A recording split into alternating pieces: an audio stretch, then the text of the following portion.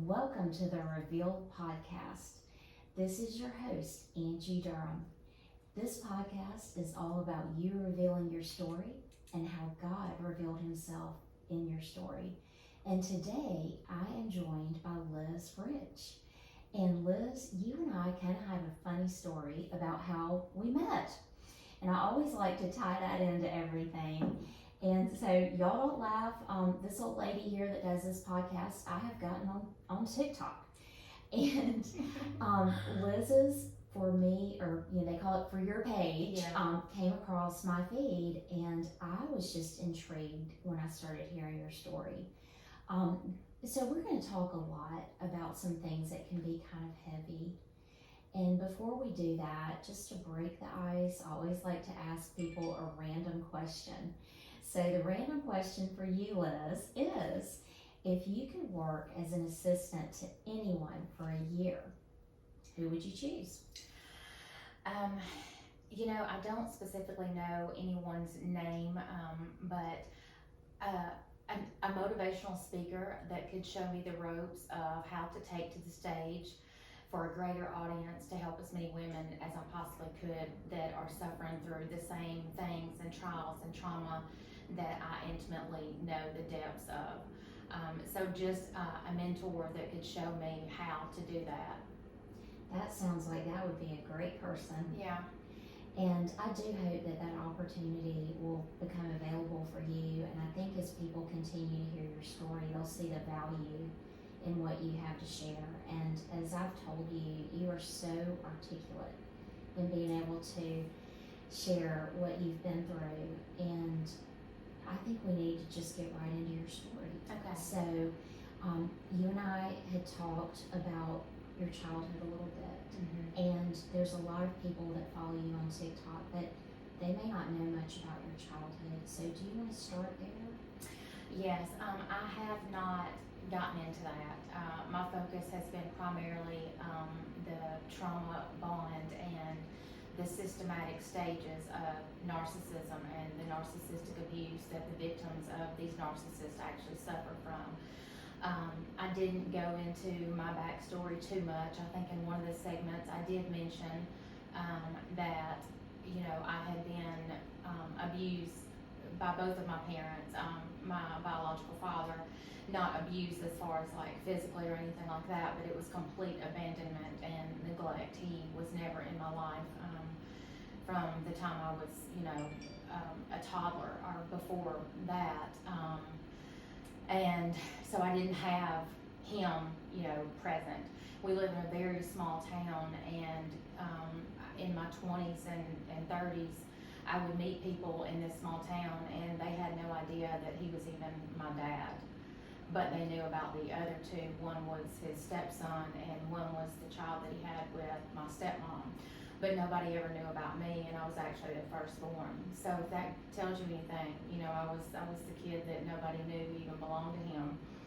I didn't see him, no interaction, and every time that I tried to reach out over the years, something always happened, so it just wasn't a positive experience, and I just had to, sometimes you just have to walk away, and even if that entails blood relatives, you have to do what you have to do for your own sanity, and you can't, just because you're family and they may be your mother, father, aunt, brother, sister, if it's a toxic situation and it doesn't bring you peace, you don't have to be ugly, but you do have to remove yourself sometimes, as painful as that is. So unfortunately, I have gotten really good at walking away from things.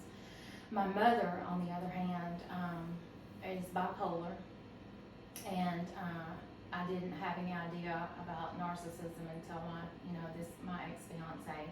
But looking back on it now, there are some things that are, have been severely wrong with her. She was physically abusive to me at an early age. When I was 3 years old, she actually punched me in the stomach and would stuff socks down my throat at 3 and 4 and 5 years old.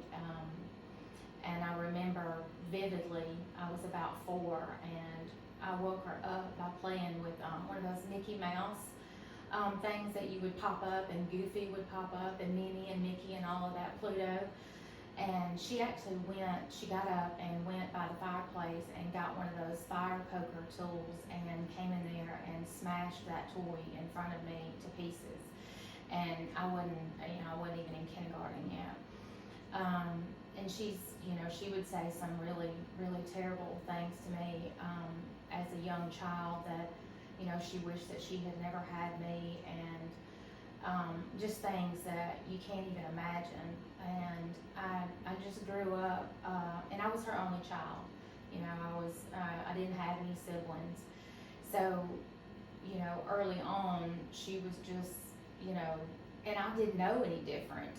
The only reason I knew different is when I was in the 3rd grade, and we moved to a house, and this is how sad this, and looking back as an adult now, it's easier to see things, in hindsight, and I mentioned that several times. We moved to a house in a neighborhood in this small town that I'm from, and I befriended, 3rd grade, I got on the school bus one morning, and there was a girl named Tiffany, and I asked if I could sit on the bus with her, and we were in the 3rd grade, and she scooted over, and we are still friends to this day.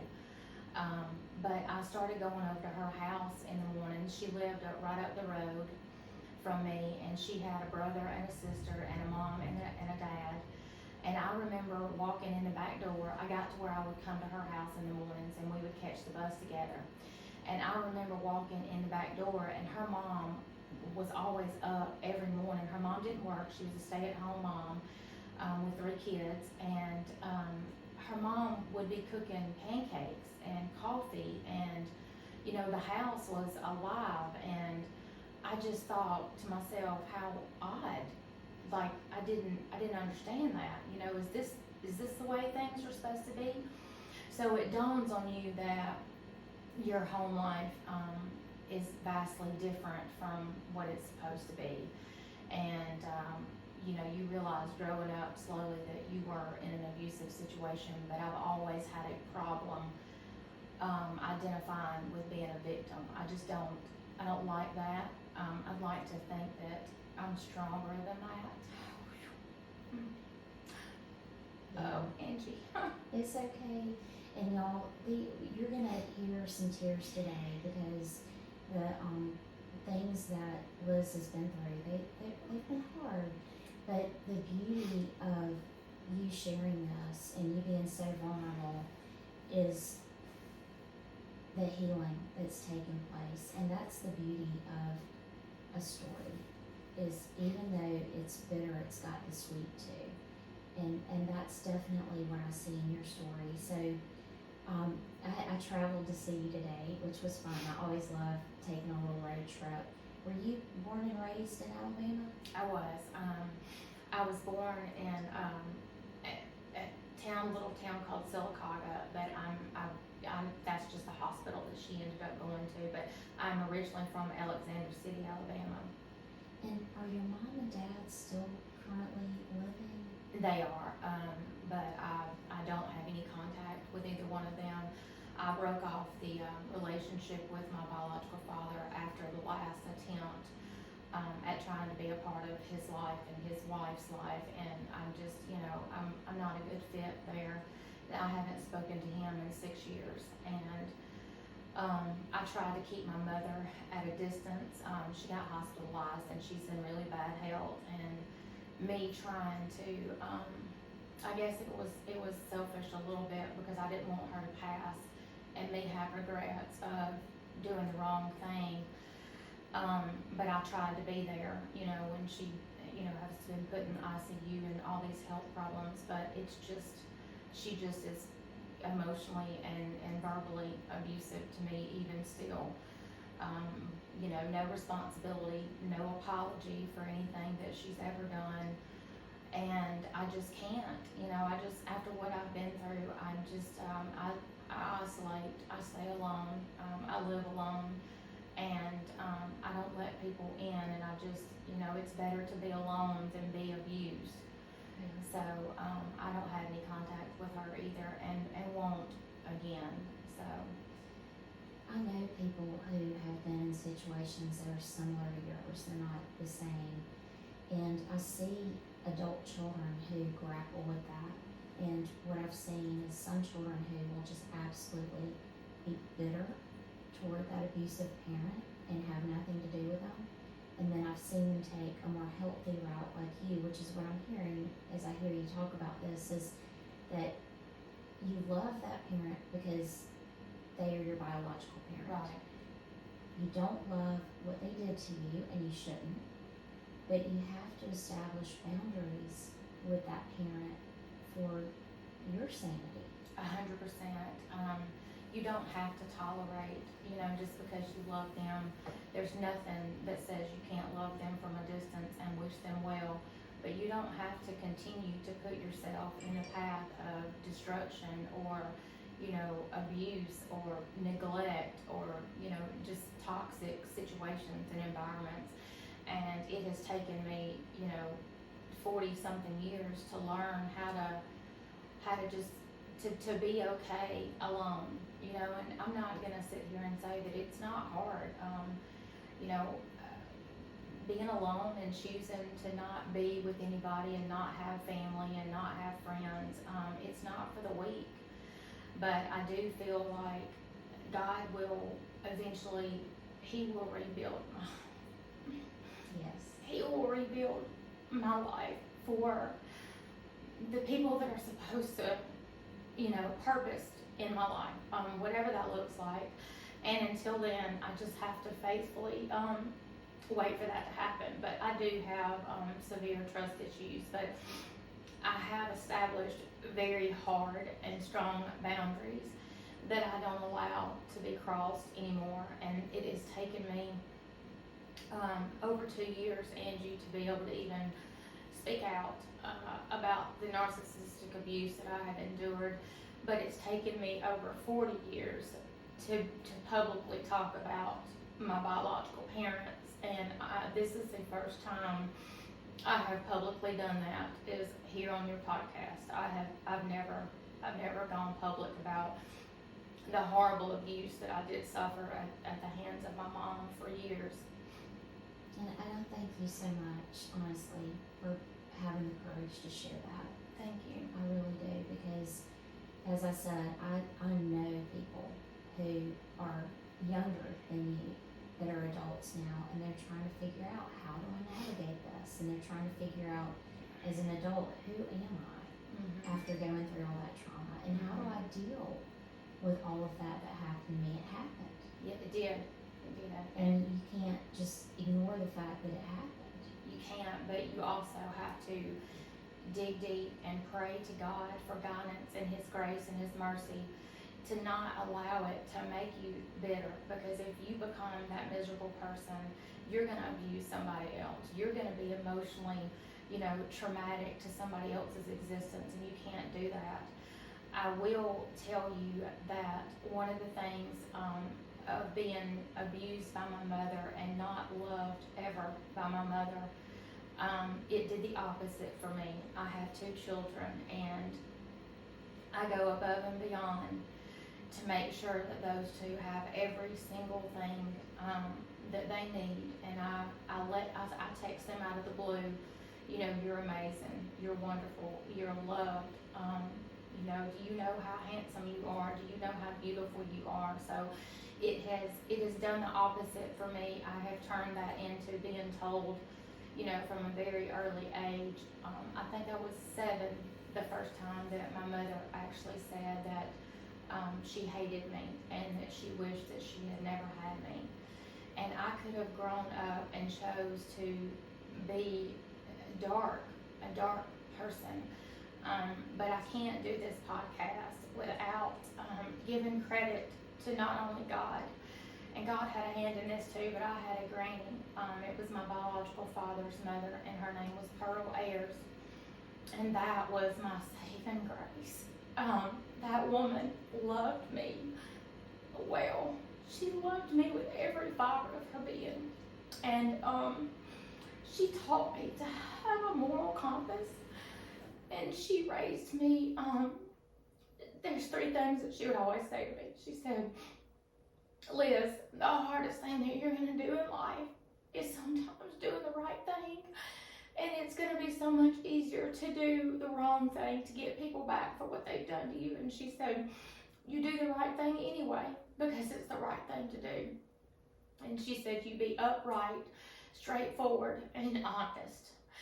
And, you know, I can never, ever thank that woman enough for the true, pure, unbounded love that she had for me. And she taught me, you know, she taught me how to love. And she took all that had happened to me with my biological parents and she turned it into good. And I owe her a lot for the person that I turned out to be, because what had happened to me with, you know, the neglect from my father and the abuse from my mother, I could have turned to drug use. I could have ended up, you know, on some skid row with needles in my arm or, you know, something else. And instead, God allowed me to be a compassionate empath that just wanted to love other people the way that I had not been.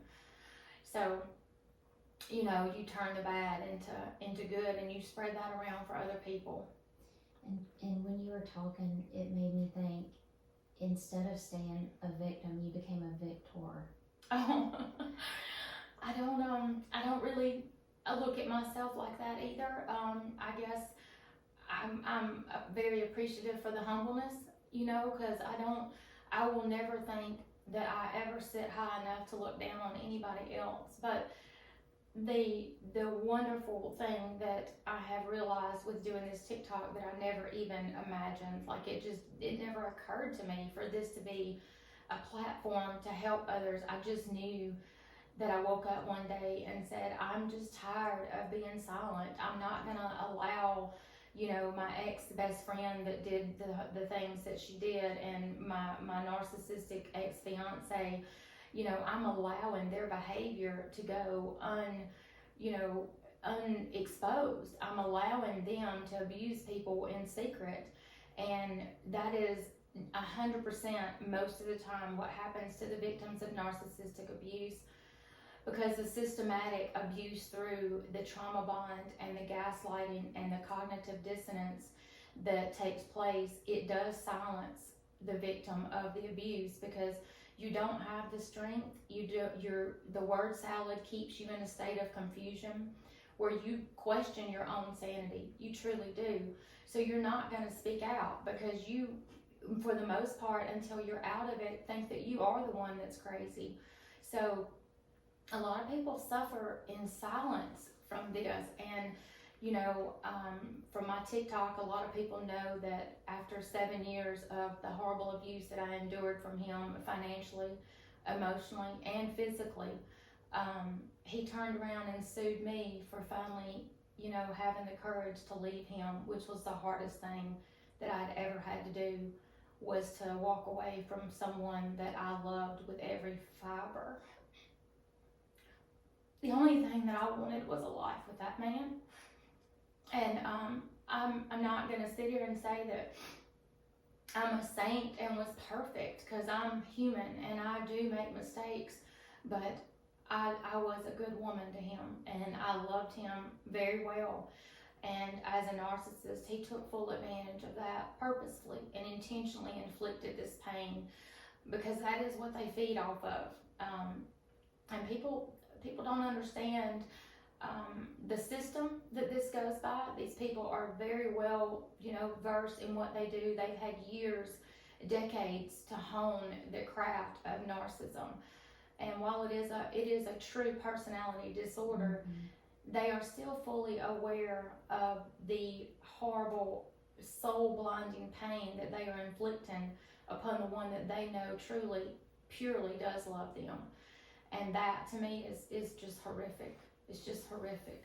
So let's go back to the beginning of that story. And another thing that I was thinking as you were talking is that, you know, things that are hidden in the darkness, when you bring them out to the light of God, one thing that God's always shown me is, Angie, Satan can't torture you with that anymore if you'll give it to me. Yeah. So if you'll bring it out in the light, I'll be able to deal with it. Yeah. And your story for those who may not have heard everything going on TikTok, is about your relationship with somebody who I say has narcissistic personality disorder. So, do you mind kind of talking about how that relationship got started and go from there? Yeah, and it's one that I am not proud of, but I will be honest because I said I was not perfect. I was married to my ex-husband for 12 years, which is the father of my son, Cam, which everybody had met on my TikTok as well. We did a Q&A with my son because the narcissistic relationship that I had with this man lasted 7 years, from the time that my son had just turned 11 until he was a senior in high school. So this affected a large portion of his life, which I will forever have guilt, and I've asked God to help me forgive myself for what I've done. I'd been married to his dad for 12 years, and we were good friends and we were good parents. We weren't always good spouses. Early on in our marriage, when my son was younger than 2, when I had my son, and then over the course of maybe 6 to 8 months, maybe a year, my ex-husband had an affair with a woman that he had previously been involved with, and that just it shook me to my core, because I knew that man loved me. I knew that he did, but he was human, and this is the difference between someone having an affair and someone being a narcissist. My ex-husband was not a narcissist. He fell to the world and the earthly, emotions that happen when we are under a large amount of stress. And we were in our 20s. He had just had, a new baby. Our son was premature in Birmingham, and I had started a job at Alabama Power and was traveling. And he had started a new company. So there was a lot of stress, and I'm not giving him grace, and I'm not making an excuse for what he did. But I do know the difference between, because people often think that just because someone has an affair, or they are, they commit infidelity, that they are narcissists, and it is not the same whatsoever. I appreciate you talking about that, because I think the word narcissist gets thrown around a lot now, and it doesn't apply to every single person. 100%. I had spent, while I'm not clinically, have any initials behind my name. I told you, you sure seem like you do. Well, after, and I'll get back to what you asked me before, but after what had happened to me with Kevin, I was insane. I mean, shaved my head. I just didn't even recognize myself. I weighed 112 pounds. I had been hospitalized with the beginning stages of kidney failure from the dehydration, not being able to eat. I mean, it physically makes you ill. And you're talking about your relationship with the person who has the narcissistic personality disorder, not your husband. Yes. I just wanted to make sure people to clarify that. Yes, we're backtracking to tell you that this is how I became so educated on the personality disorder. I've always believed that you can't get over what you can't understand, because it does drive you insane. So I just dove in. I got in therapy immediately I was thankful by God again, leading me to a wonderful therapist that understood the ins and outs of what I had been through and what had happened to me. And I just started like blogs and diving into books and ordering everything and listening to podcasts and other clinicians that were trained in the field, and I listened and educated myself on the steps and the systematic abuse, the ins and outs, the different variations of narcissism.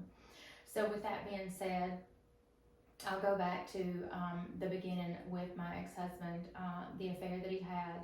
It changed the landscape of our marriage. And we almost did divorce. He did file for divorce, and we ended up putting it back together and staying together for another 10 years, raising my daughter and our son together. But I never fully got over it, because I just couldn't understand how that man did that to me, knowing that he loved me. Now, at the same time, he is not a narcissist. I'm going to clarify that. He was a 24-year-old man that was under a great deal of stress with a woman that continued to come after him. And people are weak, and they do succumb to, in temptation. It is alive and well in the world. So, fast forward to 10 years, we've now been married for 12, and my granny had passed, and I had lost my granny, and I was drinking a lot, and drinking alone, I will add. We did socialize and have a group of friends that, we partied, we're in our early 30s or mid 30s, I'll take that back, mid 30s, and, the typical Southern tradition, riding dirt roads and, drinking beer on the weekends, and, I'm not gonna sit here and say that I'm, a saint, or that I'm not human and didn't make mistakes. And the marriage just became stressful, and we started, the distance was it was there. And I got online one afternoon, and somewhere that I shouldn't have been, and something that I should not have done. And I had already planned to get a divorce. I had started getting rid of the things, our extracurricular, things in the yard that I knew that he wouldn't be able to pay for without me leaving. So I had already started putting that into order, leaving the right way, not with someone else waiting in the wings. And the devil crept in and got a hold of me, and that's the only thing that I can equate that to. But at the same time, I'm gonna admit to, my mistake and my wrongdoing. And I got online and created, a profile, and somewhere I never should have been. I should have done it the right way. And this man, here he comes, and it was Kevin, and just swept me in fast and furious. And that should have been, red flag number one. But the love bombing takes a hold of you in such a way that the flags just, they're not there. You don't see them. And so when you say love bombing, do you mean he swept you off your feet? It's more than that. It is an intentional saturation of the attention that they know that being damaged before. They're very good at, like a hound dog, sniffing out vulnerable but strong, weak women. And I know that doesn't make sense, but strong, vocal women, but they are also very weak and vulnerable because they do have past trauma of some sort, whether it be divorces or an ex-husband that was abusive. Like I came from the parents that were, neglectful and abusive. So they go for damaged, strong women that they know are very vulnerable, because they don't want a weak, passive-aggressive person, because they can't control, they have to find that happy medium. And they're very good at this, which makes the personality disorder that they have all that more dangerous. So he moved very quickly. We started talking online November of 2016, and by February of 2017 we had moved in together. He had moved to Alabama and we had moved in together. So if you think about that, and looking back on it now, yes, people are going to say, well, you were just insane and you deserved what you got and you should have known better. And I do hear these people. I understand what they're saying, because had you not have been through this and personally experienced this, there is no way to understand how a person could fall and be so naive to fall for something like this. But you have to truly understand intimately the dynamics of how this works, and the hundreds, and I can't even say hundreds, the thousands of people that have reached out to me on TikTok, from Canada to New York to the Carolinas, on every coast of the United States. They have reached out to me, and this happens more often than people realize. these people understand. And that's my purpose now. It turned into me just trying to take control of what was happening to me, to now this has morphed into I need to be a voice. I need to be a voice for the ones that can't speak until they are able to. And I think I mentioned before, it's taken me 2 years to be able to talk about this. And there's not enough awareness, Angie. There's not enough awareness, and it's not talked about enough how horrific this kind of intentional, diabolical, and it is evil. There is an evil entity that is absolutely at play in the souls of these narcissists. There's no other way to describe it. And if you have gone through it, and I wouldn't wish this on anybody, I wouldn't wish this on another living soul, no matter what they had done to me, I would not wish this on anyone, because it is truly evil what they do to you intentionally. You know, you think about taking a child, you know, a blind child that depends on you, that loves you completely, and just turning around and abusing that child horrifically. That's the same thing, because they manipulate you to where they ask you to quit your job. They want financial control over you. Over the years, they gaslight you. They smear campaign you to other people without your knowledge. And little by little, it's conditioned. You think about putting a frog in a warm pot of water and slowly turning up the heat on the stove. You know, what's going to happen? That frog is not going to jump out, because it gets tempered to that rise in temperature, and they're used to that. This is the same systematic abuse that a narcissist uses. It's not all at once, and it's little by little, and you don't even recognize what is happening to you, and they're slowly driving you insane. They are.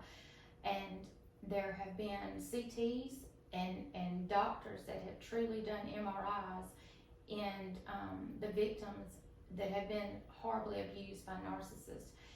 And it is hard to believe, but it truly does affect the chemical makeup, and it causes actual brain damage in the victim. It's an addiction, and it is the same chemical addiction that is equivalent to horrible drug addiction. And that is what the trauma bond does. The trauma bond is actually equal to a horrible drug addict that has to have that hit every day. And this is why you get sucked back in time and time again, which is the stage called the Hoover. And they call it the Hoover because it is named after the vacuum. There's like 4 to 5 different stages of narcissistic abuse. The first one is the love bombing, where they are the best thing ever. They are chameleons, and they morph themselves into, they study you intently to like what you like, and to be your perfect mate, your knight in shining armor, everything that you had ever imagined, anything that you'd ever wanted. And they play that role just as if they are on stage in a play. They become that character that you needed so much. That's not who they are. They are playing a part, like Jekyll and Hyde or the Joker. And you have no idea. You just know that this person has showered you with love and affection and jewelry and trips and meals, and took all your troubles away and made your world shiny and new and bright. You have no idea the hell of your life that is going to befall you soon. They are diabolical, but they're also very smart. So he saw something in you. And I know, I hear what you're saying, that you're strong, but then he could also see your vulnerabilities. And with the background that you came from, you had to have felt some rejection from your childhood. Mm-hmm. And so what we do when we feel rejection is we want to fill that void and feel needed and loved. Mm-hmm. And so when you didn't find that with your husband, this narcissist, mm-hmm. picked up on these things when he saw your profile online. Mm-hmm. What do you think he saw that helped him pick out these vulnerabilities in you? They know what questions to ask. They know how to get a landscape of your life and what you need, and you open up to them. They know how to get you to open up to them. And then they learn exactly what kind of person you are and what you've been through. And they're predators. They are predators. And they prey on good supply. And they will go after good supply. I didn't find this out until the end of our relationship, and you don't find out the entire rubble that you're standing in until you step back and you're out of it, and then you truly understand what they have done to you, and it takes you literally cannot wrap your head. It is beyond comprehension. I didn't know this until the very, very end. I saw the text messages when I found, I stumbled across everything, which was the worst day of my life. There was a woman that he was actually living with at the time that he met me online, and he was checking that out. He was testing that water to see if she was going to be a supply, and then I came into the picture. And then he discarded her to pick up with me, and I had no idea about her whatsoever. I didn't know that he was even involved with someone. And this girl's name was Vicky, and she moved to Florida shortly after that. But I saw the text messages that the whole building knows that you're cheating on me, and I need to get my taxes and all my stuff out of your apartment. And he never mentioned one word about another woman or her at all. And later I found out that I found other text messages from like 5 or 6 other different women, and he was hunting. He was literally like you're trying to find that buck, that big, the best deer out in the woods. He was hunting, and lucky me. So everything with him started off just seemed wonderful. You were getting lavish with gifts, and he was just telling you how wonderful you are, and you guys are so in love. And how long did it take you before you figured out it wasn't everything you thought it was going to be? Years. It was years. And that's why I tell you that it's like a frog in the warm water.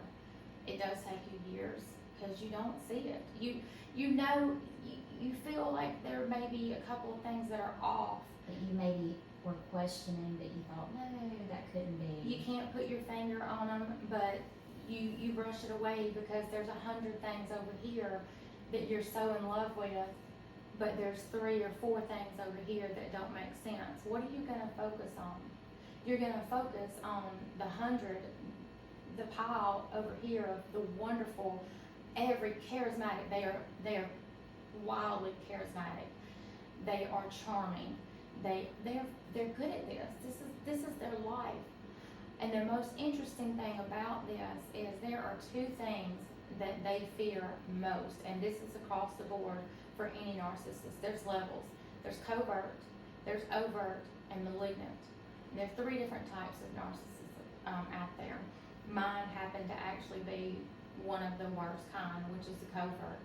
And the covert narcissist is truly the most diabolical, because they are, covert means, they're in hiding, and they are undercover, and they do this so well, and it's all a sham, so they know what they're doing. And this man told me, you were the love of my life, the best thing that ever happened. I can't believe that, I found you. And I mean, within 6 months, he, and I'll say made me, because he wouldn't have let up. He made me quit my job, so he could exact, financial control over me. And then, slowly the isolation started to where I was completely, utterly, 110% dependent on him,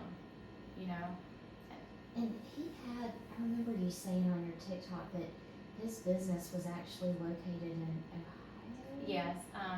He is originally from Racine, Wisconsin, but him and his business partner owned a direct TV company through AT&T out of North Royalton, Ohio.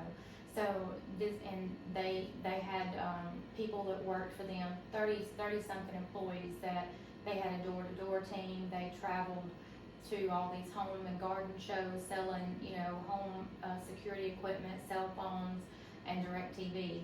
So they were the two owners, and then they had all these people under them that sold all of this, home entertainment and home communications and all of that. Those shows, they went to fairs, state fairs, just events everywhere. So he flew me all over the United States and some parts of, we went to the Bahamas, we went to Montego Bay and Mexico a couple of times, Port Vallarta, Canada, Niagara Falls. The man we ate, he took me to some of the finest restaurants in the States, fillets and lobster and jewelry and diamonds and Louis Vuitton purses, and I'm telling you, he pulled out all the stops.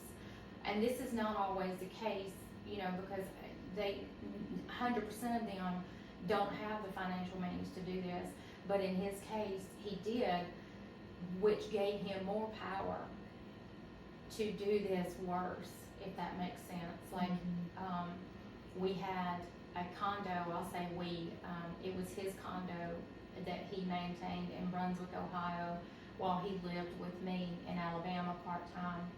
So he flew out every single week to work in Ohio and had that condo up there. And Angie, this entire time, from the very beginning, he was never faithful to me, not one single day. And I learned that in the very end. This man had escort services that he would call and order women, prostitutes, random women from shows that would come back to his hotels that he traveled to that I knew nothing about, and he would FaceTime me every night after he had relations with these women or before.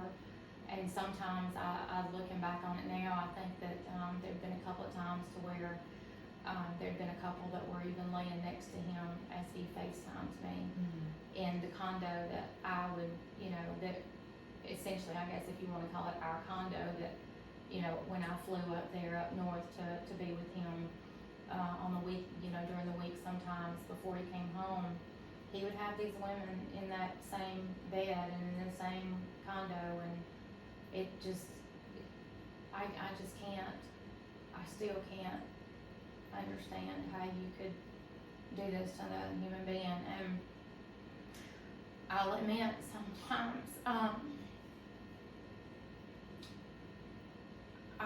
I blamed myself that I deserved it, because I left, I ended my marriage the wrong way. So I have begged God on my knees to forgive me for what I've done, but I don't believe that anybody truly 100% deserves this level of prolonged abuse. No. My children were involved. My son was hurt, and I take responsibility for the part that is owed to me. But I know deep down that this was just, it was terrible that I crossed his path and I was on his radar, and that I developed a 7-year relationship with this man that ended, with involving me in horrific abuse for years. I shared a couple of pictures on TikTok the first year that we were together, and again, people are going to say, why didn't you just leave? And you can't understand that unless you've been in it. But I had to go to the emergency room one night for the physical abuse that his business partner's wife and her mom had to take me to the Cleveland clinic because he had damaged my arm so bad that he thought he had broken it. And the bruising on it lasted for months, and I still to this day have nerve damage in my left hand and arm from what he did to me. contusions on my biceps and on my shoulders and my arms that would take months to go away, bruises that would be almost black and purple that my son and my aunt had seen in person, and marks around my neck from where he would choke me almost to unconsciousness. So for people to tell you that, you deserve that. No, nobody deserves that. And even though we make mistakes, you still don't deserve that Right. kind of treatment ever, I ever, agree. ever. So what is somebody thinking when this is happening to them? Because it starts off, as you said, you have the love bombing, and then you start to see a few things, but you're thinking, no, it can't be as bad as I think. But then when the physical abuse starts, what are you thinking at that point? Are you thinking that, oh, this is going to get better, and I've done something that caused this? What's going through that woman's mind, or that man's mind? Because we know both men and women can be involved with somebody who has this disorder. I'm glad that you clarified that, because I don't want the men out there that are listening to think, well, gosh, this happened to me and this is just a woman's problem. I'm glad that you said that, because this is not, this does not have any kind of race or sex discrimination whatsoever. This happens to men. However, it has been statistically shown and proven that a greater number of men do suffer from this personality disorder than women do. But there are women out there that do have narcissistic personality disorder. So in my case, and I can only speak for my case, the physical abuse escalated over the years. So the first time that he did this was St. Patrick's Day 2017, and my daughter was actually in Ohio with us when it happened, and I had to go to the hospital, and she was like, oh my gosh, Mom. But again, I'm going to go back to the love bombing, that it overshadows everything else. And I know people are going to say, I'll be darned, somebody ever puts my hand, but again, you have to understand the dynamic of what occurs. It is emotional abuse that is conditioned you, and it happens very quickly, and then over the years the conditioning gets worse, and the longer you stay, the worse you are conditioned. The gaslighting, the word salad that they use on you, and the word salad is turning everything back on you. It's your fault. Your fault, not their fault. They play the victim, and they 100% they play the victim. They will never, they're not self-aware. That's one of the traits of narcissism, is they lack complete self-awareness. They have no empathy, and they have no compassion. They are unable to feel empathy or love for another person. They don't even love themselves, to be honest with you. So in my case, this wasn't every week. It didn't even happen every month. I think it was probably a year, before he put his hands on me again. It increased, and so that was 2017, and there were episodes or incidences where it would happen where he would throw me across the room, or stuff like that. But putting his hands on me, or the actual choking and the bruising, escalated in the latter years. So 2020 was when it started escalating, when his world was starting to come apart and the narcissistic collapse was starting to take hold. So if it's not every day, and it's just it's easy for you to say, well, we had an argument, or this and that. And in my case, again, narcissists they all have pattern traits. I mean, it is a pattern, and you can pick them out, and they are all alike, but there are differences. So I'm not going to just rope me into saying everybody suffers the same levels, but everybody that has been through narcissistic abuse will relate to exactly what I'm saying and a lot of what I'm saying. But I will say that in my case, he was 6'2", 250 pounds, with a muscular build. He had played football, his whole life. And I am 5'1", with heels on, and 125 pounds soaking wet. So it was nothing for this man to just pick me up with one hand and throw me across the room. He was also an avid steroid user. And I know this because I gave them to him every week. He injected steroids, anabolic steroids into him that he would get off the black market, off the internet. So we've all heard of steroid rage. Yeah. So do you think that the abuse was coming from him taking steroids? No, they are hereditary. I mean, they are known to be aggressive people. They hide that, but they are aggressive people anyway. They're hateful people. They harbor hatred, but it's certainly added to the level of aggression. And he was very, very, very extremely good at controlling his emotions. They do. So when he was in the public. Oh no, ma'am. People would see him and they're like, wow, what an nice amazing guy. Yeah. Oh, what an amazing businessman. He's got his stuff together. My family, what little family I have left, I have 2 aunts and a couple of cousins. And my Aunt Susie has said to me 1,000 times, if she said it once, Liz, he had us fooled.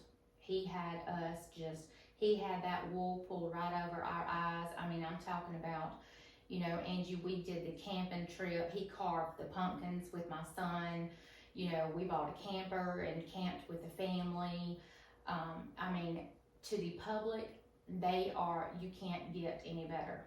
You cannot get a better person. Knight in shining armor. But, it rings true that if it looks too good to be true, it probably is. But they do. They play the perfect role to the public and to all your friends and everybody that knows you. You're the problem. You're the problem. He was a wonderful man. You must be the problem.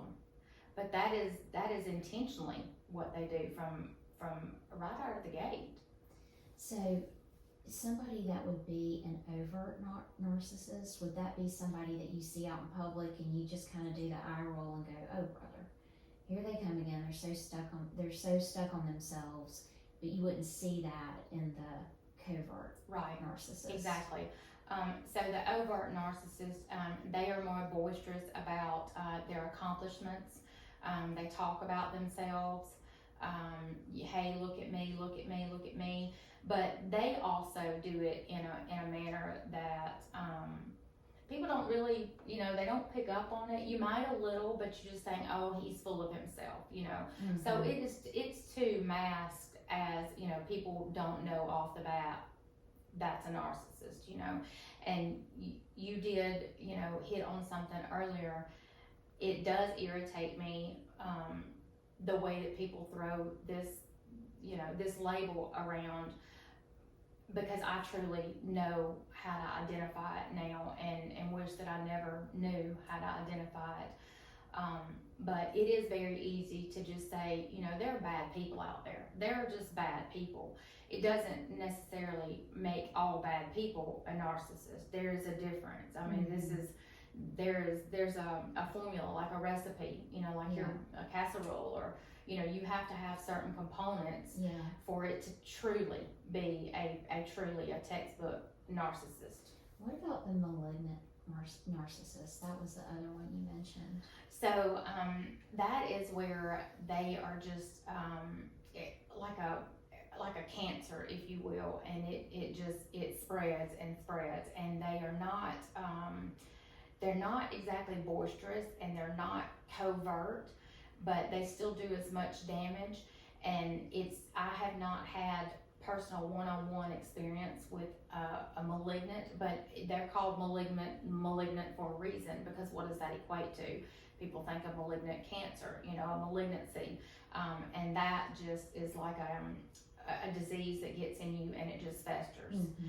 So the suffering it's all horrendous and it's all terrible, but they are like a cancer. And as far as their outward personality traits, I can't personally speak to that, but no level of this, it's just horrific all the way around, no matter which one that you get.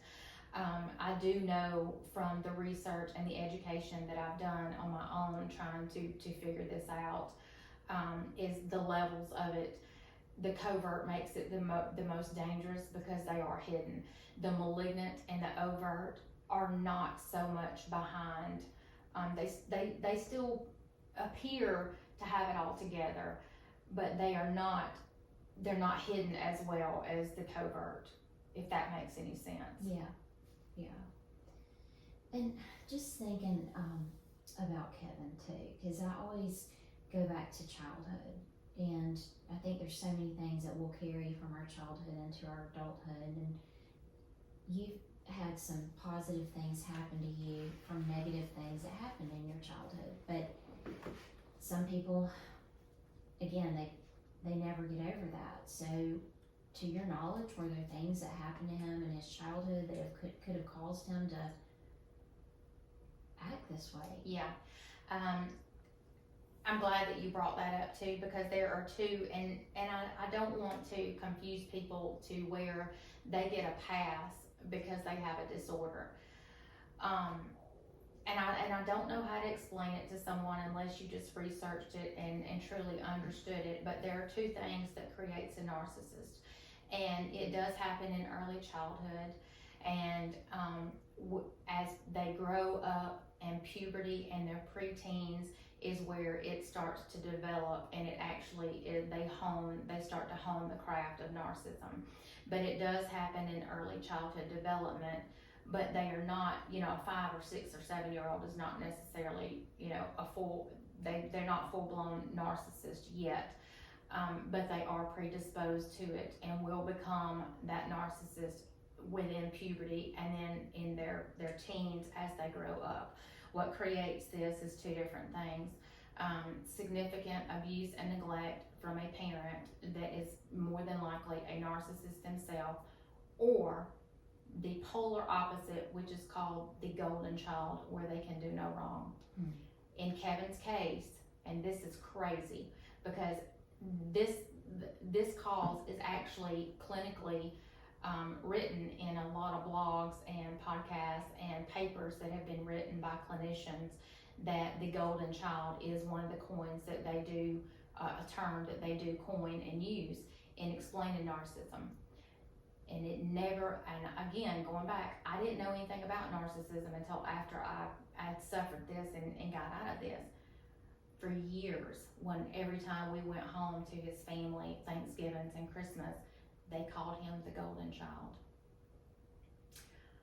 And after I educated myself and I learned that that was actually a clinical textbook term that was used with therapists and psychologists and psychiatrists, I mean, I just literally gasped out loud, because I had heard him called that 1,000 times by every member of his family. Oh, well, he's the golden child. So his mother got pregnant with him at 15 and had him at 16. And so they essentially grew up together. And his grandparents had a huge role in his upbringing. His grandfather, and his mom was young, but I can't really say he could do no wrong. She was closer to him than anybody else. She went on to have 3 other children, but Kevin was her, he was in his 40s and she was in her 50s. I mean, how odd is that? So they were close, you know what I'm saying? Mm-hmm. And, Kevin could do no wrong. Whatever advice Kevin gave was always right. And, the other 3 kids, were just her other 3 kids. And then, Kevin was her little celebrity. He'd gone on to own this successful business and made all this money. And, was just 6'2", and this football player that was in all the papers, and he played semi-pro football for a while. He almost, he was on the path to go to the pros, and that didn't happen for one reason or another. But he was her star, that she was proud of him and boast on him. And so what happens in both of these cases, whether they are the golden child or whether they are significantly neglected and abused, there is a break in their identity. They don't have one, so they are skewed in having who are they, what they're. So that's why they pick you out, because if you think of it as a puzzle, they lack empathy, they lack compassion, and they do not love. So they need you to pull those pieces from to make them whole. You are their facade, you are their smoke and mirrors, you are what needs to be the home front to make them look normal to the outside world. They know something is wrong with them. They don't identify with narcissism because that would mean self-awareness, and they don't have any self-awareness. But they know something is wrong with them, but they can't put their finger on it, and they're not gonna label it. There was a couple of times where, he would make the comment, I know I have issues, but they are so evil and so out for just themselves and what they need to do to supply this image, that they're not gonna work on themselves.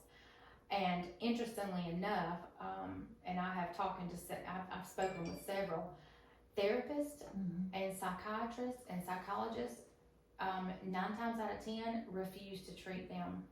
It is not a treatable disorder, and some may beg to differ with me, but my own therapist that has a master's in all of this and behavioral and personality disorders, she said the same thing. She said, Liz, you just can't, because they don't have self-awareness, so you can't help someone that doesn't take responsibility for their own behavior. They don't see a problem with it. They just don't see a problem with it. So, and you use the term supply. So I want people to understand too that when they look at a woman or they look at a man, again, because we know it does affect both sexes, that's what you're referring to. You're referring to that victim that they've chosen, that they've picked out, so that they can, like you said, put on this facade to everybody. And this is the person who's going to help me play theater here and show everybody how great I am and how wonderful everything is between the two of us. It is all about their image. So there's 3 things that they care about: their image, sex, and money. And that you have to have, they have to have you to supply that image. And I call us supply because we are not human to them. They have no remorse whatsoever for the emotions, for the absolute horrific pain that they cause you. They know that they are going to absolutely destroy you. They intentionally are going to destroy every part of you because they need those parts of you. But while they are using those parts of you up, they're sucking the life out of you from the abuse that they are inflicting on you in order to get that supply, because a reaction from you is their supply. And you are, that's why they cheat with all of these others, because those others can't supply them with the home front, is what I call it, the picket fence, the wife that has the children, or the woman at home that takes care of them, that allows them to continue to look like they are all put together. But they also have to cheat because they have to feed that supply that they are grandiose, that they are wanted by all these women, because the 2 things that they fear the most is rejection and exposure. They are broken babies, and that is another clinical term because it happens in early childhood. It develops in early childhood, but it doesn't surface or make known until, after puberty to the early teens and into their 20s. So it's actually called broken babies, and that's what they are. They have the emotional intelligence of a toddler. So they got stymied at that age. Yes. And they lack identity, and you are their identity. You are their curtain. You were Oz behind the curtain. It's such a good way to describe it. So you got to the point, and I know you posted a picture of your shaved head on TikTok, and of course, I think for everybody, you think about Britney Spears when you say something like that, but my gosh, I mean, you're a beautiful woman. What got you to the point where you just did that? It's like were you trying to hide? Were you punishing yourself? What was going on there? And this is going to be emotional because you lose your mind. You are grasping at what to do because you have no idea what just happened to you. You literally stand there in the rubble of what was your life or what you thought was your life, and understand this. You were the one that was in the relationship. The love was real for you. The life that you had was real. The love that you feel for this person that never even existed was real. What you felt was real. And to be smacked in the face with the fact that you loved this person with every fiber in your being, and to finally have the mask of him ripped or her ripped off, and to be able to fully see that you never mattered. You were not a human being to them. You were not a person to them. You were nothing more than something they needed to use until they discard and move on to the next one. And I can't even put into words what that emotionally does to you. And while the physical abuse that I went through, sporadically over the years was horrible, it pales in comparison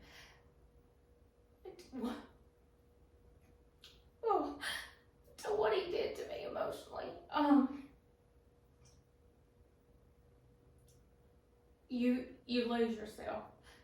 So you're trying to start over, and you don't know how to do that. And I had a woman reach out to me the other day that said that she actually did the same thing and shaved her head. And I can't explain it other than the fact of you're trying to find, you're trying to feel something, you're trying to start over, you're trying to, you don't know what to do, and you're insane. I mean, you were temporarily insane, and you're just trying to get you're grounded, you're trying to place your feet, find your footing again. So the first time he left was in October of 2022, and November is when I shaved my head. But saying that, what do you do when you can't stand anymore? You kneel, and I had no idea what to do, and I went to church. I just grabbed my Bible and I just went to church, and because God was going to have to save me from suffering the same fate that his second wife succumbed to, because she did not survive. She did not survive the abuse that she was put through, and so to be clear, she killed herself. She did. She committed suicide in their home with a shotgun to the abdomen. And he actually pulled up to the house as the coroner and all of them were there pronouncing her with the new supply in the vehicle with him. If that tells you the depravity of what they truly are. This is mind control. Yes. At the greatest level. 100%. And people don't understand it. You think about to equate it to like a concentration camp or something like that, and it is mental abuse on the most sadistic level. But Angie, I got baptized that December December 2022, I gave my life to the Lord and I got baptized because He was the one that was going to save me from this. I could not do this by myself. And then the lake house that I talked about that we leased after I sold the house, you know, I talk about how all of the real estate and everything had to be put in my name because of the liability, you know, he wanted all the liability. They keep their distance from any kind of, you know, anything that could backlash on them. So they use you, you know, he appeared financially stable on the surface, but was he? He had a lot of money coming in, but I had no idea at the time that he owed the IRS, the federal government. He was in debt, hundreds of thousands of dollars to the IRS because he was above, you know, paying taxes, and he just didn't. And how he evaded tax, you know, the tax evasion for so long is unbeknownst to me. But he used me for that too. He filtered money, you know, through my name and put me on payroll and financially control all of that. So he had access to 100% of everything, but I had 100% of the liability.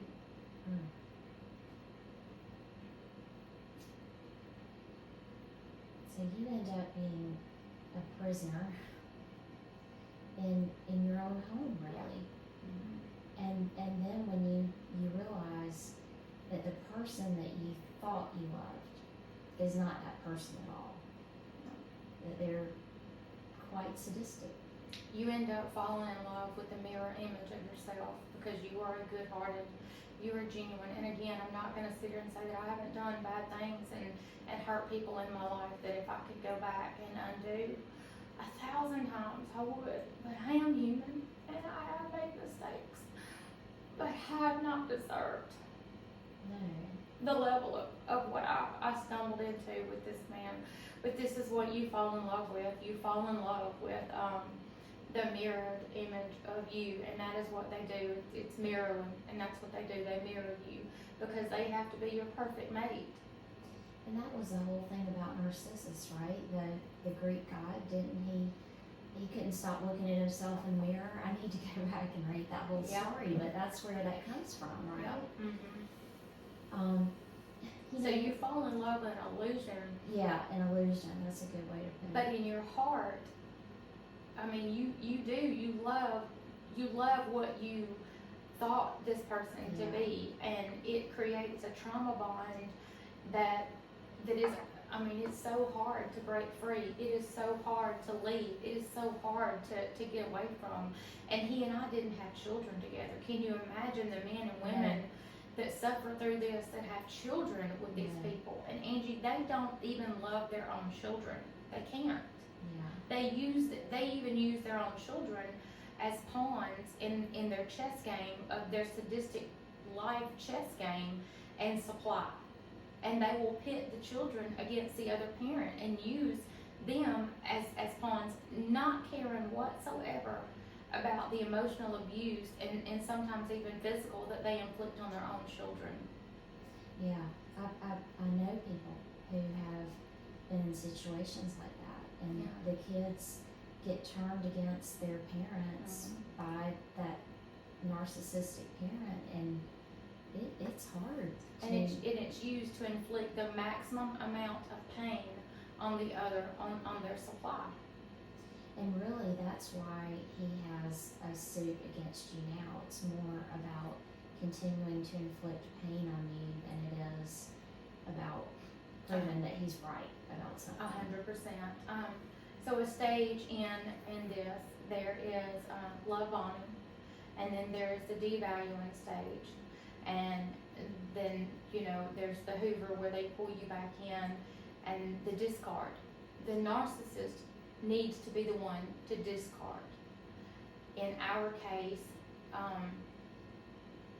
and don't ask me how, but I gathered the strength enough to end the relationship, not once, but twice. I will admit, you know, we reconciled for just a little while, and that's when the world came crashing down, when we reconciled, and for 3 months, and he came back home and moved back in, is when I stumbled across the truth of what he was, and the mask had slipped before, but this time the whole thing was ripped off because I saw things on his computer that I can't unsee.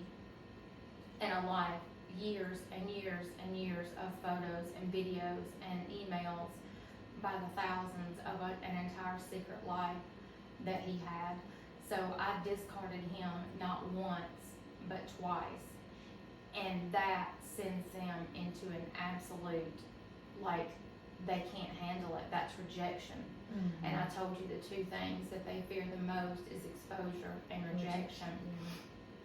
In 2020, he and I were just having a talk one day, and I would sometimes randomly ask him questions, and I asked him one day, and I remember vividly back on this, in that hindsight, because I've just played everything back in my head, and this is what drives you insane, because you go back over your whole life, and then things you can pick out that were so clear, that you should have picked up on, but while you're in it, you just can't. You're in a fog. You're in a fog, and that's that trauma brain that I don't want people to blame themselves, because it's your brain protecting you from remembering, that, and it is called trauma brain because it is a fog. But I distinctly remember asking him one afternoon, I said, what do you fear most in life? And without any hesitation whatsoever, he not even, stop, pausing for a breath, he said rejection, without any hesitation. And so he came after me with a vengeance, and they love the court system. It's a common tool that they use to torture you. And unfortunately, the Tallapoosa County court system has no idea what this man has truly done to me. And in a small town, sometimes, unfortunately, the good old boy system, is at play, and it's just the nature of the beast, if you will. And it's not publicly known what I have suffered through from this man, what my son has suffered through from this man, and the fact that he is using the Tallapoosa County court system of Alabama to further inflict this amount of pain and abuse and torment on me is unreal. And this court battle has been going on for over a year and a half now, and has cost me tens of thousands of dollars. And that's what he wants. That is their goal. That is their lot in life. They want to destroy you and leave you with absolutely nothing. And that, they get off on that, and they truly enjoy the pain that they're causing you. So one of the questions that you get asked the most often is, how do you leave? You get your Bible out and you pray to the good Lord to give you the strength and to hold your hand and to pull you out of this hell that has become your life. And if you do have children, and I did not have children with him, thank God, but I had a 17-year-old, he was 16 at the time. I had a 16-year-old boy that needed me. And my son stood in the kitchen one night at that lake home, and my son is aware of the fate that happened to the second wife. And a conversation with Kevin after we got back together, and then the second and final breakup, he actually admitted to knowing the whole story of the second wife, but didn't care whatsoever about any kind of responsibility that he played. And I'll get into that later if you'd like. But my son knowing what happened with that, and I'll be completely transparent here and honest with you, and there were not days, but there were weeks where I was unable to get out of bed. I prayed to God to please not let me make it. Because I could not bear it. The pain was more than what I was able to control. The pain was, it felt like it was more than what I was able to pray away, and I even spent hours on my knees praying for this man, for God to please change his heart. God, please let me have this man. Please help change him and put this back together and give my life back to me, and it just wasn't meant to be. But my son was standing in the kitchen with me one afternoon in that lake house with tears in his eyes, and he looked at me and he said, "Mama, I need you. Please don't leave me." And I knew what he was asking me not to do. And I can't even tell you how surreal to stand there and have your 16-year-old son ask you not to do that. It just, I can't put into words, and you have to find the strength somewhere. You have not only for your children, and if you don't have children, you have to know that your value is more than what you're able to see right now. Your worth has been shattered. Your value has just been thrown away, and that's what they do. They throw you away like garbage, like none of the years that you spent with them and that you gave every single piece of you to them ever mattered to them, and that you are nothing but trash beneath their feet. That does something to the way that you look at yourself in the mirror. You don't matter, and you're not worth anything, and you are just garbage, and that's what it makes you feel like. But you have to find the strength to look yourself in the mirror and say, I'm a human being, and I am on this earth for a purpose, and I've been put here by God himself, planned for me to have a life, and there is still breath within me. And grab, this is what my granny always used to say, Liz, you have to grab those bootstraps and you have to pull them up, and you have to pull those bootstraps, and you have to stand up for yourself, and you have to grab your self-worth and your value back, and look at yourself and say, I'm going to learn to love me again. And I'm not going to sugarcoat this. I'm not going to lie to anybody and tell you that you're going to be okay in 6 months, or you're going to be okay in a year, or you're going to be okay in 2 years, because you're not. And how could you be? If you've suffered through years of this abuse, it takes this is a long journey, and it is the loneliest journey that you will ever have to overcome, because your family and your friends do not understand this, and sadly enough, you don't want them to, because if they did, and if they could understand it, then that means that they would have experienced it firsthand, and that is the only way to understand this. So you don't want them to.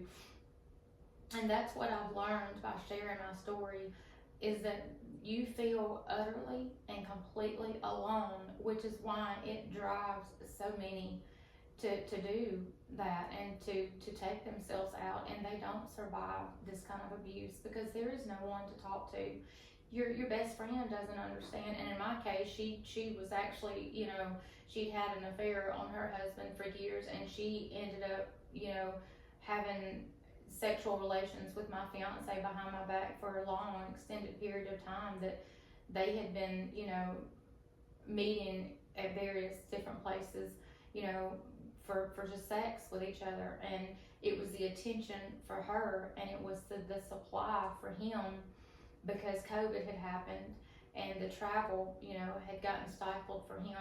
So he wasn't able to meet, with his online, sites and the sex sites that he'd been on, and he wasn't able to get that supply outside of the home from somewhere else. So, she and him started a sexual relationship that lasted for a while, right under my nose, while I am working as her assistant, and I would actually go and show houses for her, because I do have a license. So she's a well-known realtor in Tallapoosa County in Alexander City, Alabama, and I had known her for over 10 years, and we had become very close, and I, named her my best friend. And she ended up doing that to me. So while I was out showing homes and selling $1 million properties for her, making her money, he had me on Life 360, and they would send me to a house, a ways away that she would have me show. So they knew where I was, showing house for her while she was in the bed having sex with him. What does that do to your trust? I am alone. I have two women that I talk to, and one I have known for more than 30 years, and one that has truly been a godsend. I truly believe, just as you were sitting here in front of me, that God purposed this woman in my life. Her name is Melanie Breen, and she lives on Lake Martin, and she lived in the same lake community that lake home was located in. And she actually met Kevin. She and I actually met on the off chance at a luncheon for the women of that community. And God knew what he was doing, because it was one of the only, I think I went to maybe 2 of those luncheons. And the very first one that I went to was, she hosted it at her house. And God knew that I would need her later. And she actually invited Kevin and I over to her and her husband's home when he was on leave from the military.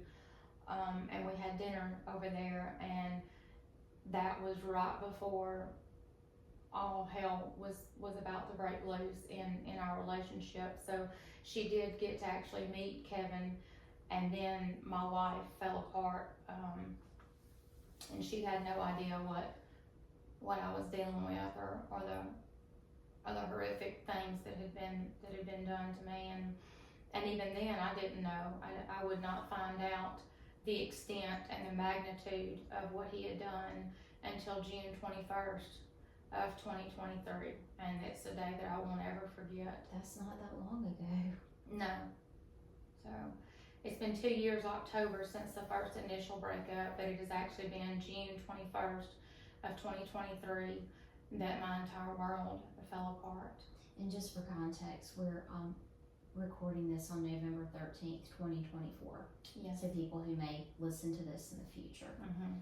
But Liz, I just, I want people who are hearing this today to hear you that, you do not have to stay in this situation. And if somebody out there is in a similar situation to what you went through, and you can get out of it, that's probably the hardest step, right? It's kind of like going to the gym. It's like once you step foot in that gym, you've done the hardest part. And would you say that's true with somebody who's looking to get out of a situation like this? It's just taking a step, and just, whether it's reaching out to somebody and saying, hey, I need to come stay with you, or, someone they can trust, or just getting out of that situation, just making a step to do so is Yes. the hardest thing. The first step is leaving, and that is the hardest thing to do. I'll say the hardest. It's one of the hardest, the true hardest thing to do. And it was, it gutted me. And when I tell you it gutted me, it gutted me. I had to go no contact. And when you have to go no contact with the very thing that you crave, like a drug, like somebody that had been putting needles in their arms forever, that, were trying to go to rehab, like, you have to daily, it is not even a daily, it is minute by minute, you have to go no contact. And it is the hardest thing that you will ever have to force yourself to do, minute by minute, because the only thing that you want is attention from them. You want to hear that this was not real, and that they do truly love you, and that they are sorry. But you have to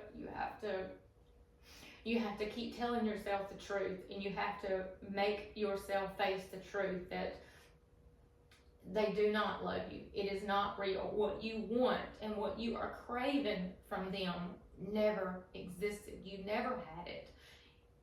You love yourself that they mirrored in you, And the first thing that I would tell someone to do is therapy. You have to find a therapist, because again, you are alone. Your friends and your family don't understand it, because they commonly, this is across the board. Well, just leave, or well, everybody, it was just cheating, or well, everybody has an affair, or people cheat all the time. This is not just infidelity. This is not just a breakup.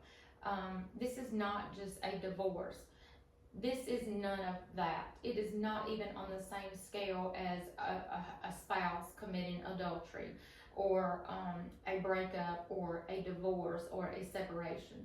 This is nowhere near on the same scale of that. This is breaking free from an absolute sadistic monster that has brainwashed you and mentally abused you for years with a system of calculated methods to drive you to insane, to where you don't even recognize yourself. So this is something entirely different that you have got to overcome, and it is almost impossible. But I'm sitting here. So it is possible. But I was fortunate enough to find a good therapist, and don't be ashamed or shy to reach out to your therapist and interview them and ask them. My first day meeting a therapist, I asked her 3 hard questions, and this was important to me. I wanted to know how old she was. I wanted to know if she knew anything about, narcissism, and I wanted to know, had she ever experienced real trauma in her life. And this is your life. This is your life that you're going to have to take back, and hopefully this is your story that you're going to be able to tell, that it helps other people too one day. So be intentional and be forceful with what you need, because you need somebody. And I'm not discriminating, but I felt in my case, as a 40 plus year old woman, I'm not going to sit there and talk to a 26 or 27 year old that just graduated, that yes, they have clinical background and they've read the terminology. I needed someone with life behind them, and that was just my need. That was my personal need. I needed someone that had experienced pain and trauma in their life. I needed someone that knew wholeheartedly what real trauma pain felt like, and she'd been through a horrific, divorce and that kind of thing. Not necessarily narcissistic abuse, but she was trained and understood it. And she was, 40, late 30s, 40. So she had some life experience under her belt, and I needed someone that I was going to be able to connect with, and that's important. So this was my criteria. And again, these were my boundaries that I'm setting, and that's another key factor. You have to start setting boundaries. So therapy, no contact, and hard boundaries. And I'm not going to lie and say that these are easy. These are not easy feats. That's very practical though, and I want to encourage people too that if they're going through this and they haven't followed you yet on social media, and I know you're going to get, I know you've already gotten a lot of messages and you respond to the ones that you can, but the great thing about social media is I know that you're able to address some of those questions that maybe several people have sent you, and certainly, like you said, one of the biggest ones that you've gotten so far is how do you leave? And you just did such a great job of addressing that. And so, yeah, I know you're on TikTok, and so people look for watermelon sugar is your... Yeah, it's watermelon sugar high, and my icon to know that it's me, because there's several. And I've been asked about that terminology, and I had no idea what that even meant at that time. And Angie, it's not good, so we won't go there. But so forgive me for what I named it. I had no idea. So me either. But it's been brought to my attention. But I chose that name because I just love the song, naively, not even understanding the backstory. But and I'll let people who know, and if they want to dive into that. But that certainly was not my direction. But I just thought the song was very upbeat, and it reminded me of summer, just light, and I just needed something positive and that just sounded like summertime and fun. So I chose Watermelon Sugar High because I liked the song. So you will know how to recognize me because it's got an icon of a watermelon, half of a watermelon, and then it's got, the scroll of Watermelon Sugar High. So you will find me there. And I'll go ahead and let you know that I have completely allowed myself to be very raw and vulnerable and exposed on this TikTok platform, because I felt like I needed to be 100% truthful with everything that I was sharing about my experience. I have not chose to share the whole backstory of the ex-husband and the way that I left him, and that situation of what led into meeting Kevin, because people can be so judgmental and harmful and hurtful, and I needed to get my message out there to help people, and I would not be able to do that if I was being persecuted for the mistakes that I made in the beginning by leaving my husband for this man and doing it off of a dating site that I never should have been on as a married woman. So for that, I take 110% responsibility for, and it just was not conducive or important to share that on TikTok so that people would start to blame me off the bat before they understood the journey that so many others were going through and had suffered the same abuse, if that makes sense. Yes, it does. And I just think you have gone through this so well, and I think you're continuing to go through this so well. And it takes a lot of courage to rip that Band-Aid off and share what you have. But to repeat what we talked about earlier, those things that are left hidden in the dark are the things that Satan can torment us with. Mm-hmm. But when we bring them out into God's light, that's when God can bring healing to them, and He says, I've got them now. Yeah. And I just want to thank you so much. It has been such an honor and a privilege. Thank you for welcoming me, a stranger, into your home. Well, thank you so much for reaching out to me. And they say that there is purpose in pain, and we don't learn from the joyous moments in life.